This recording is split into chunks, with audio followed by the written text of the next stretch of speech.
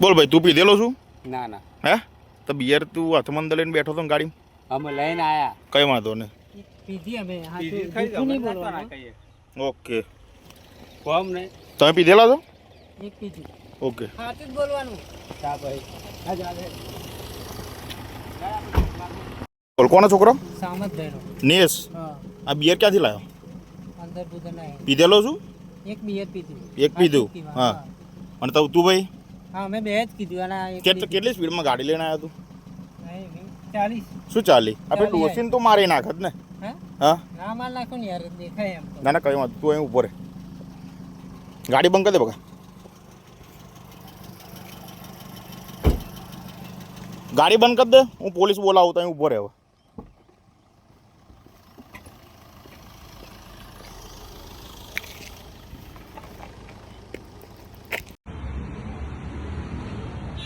હું દીપક કુમાર સામંતભાઈ પરમાર મેં ગામે રહું છું. કાલે જે વિડીયો વાયરલ થયો એ મારો હતો.